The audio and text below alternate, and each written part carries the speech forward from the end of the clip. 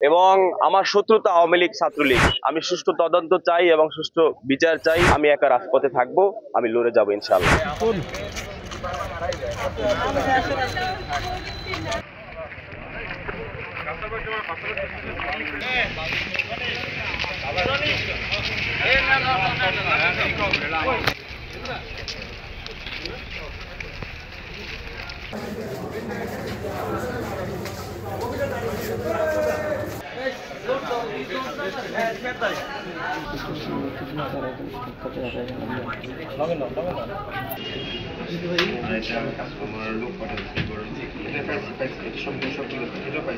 আমার সহযোদ্ধাদের হবে না, এটা কিন্তু হয় না, সেজন্য আপনাদের একান্ত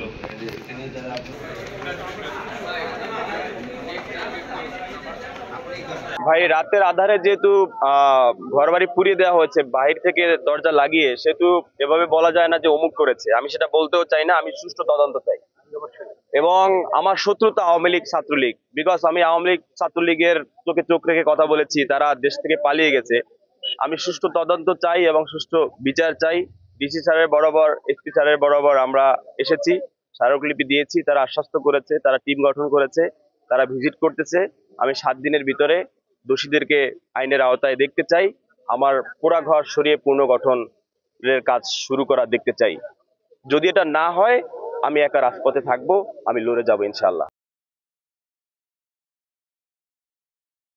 কোটি মানুষের আস্থার ভালোবাসায় 11 বারের মতো দেশের 1 নম্বর রেফ্রিজারেটর ব্র্যান্ড ওয়ালটন।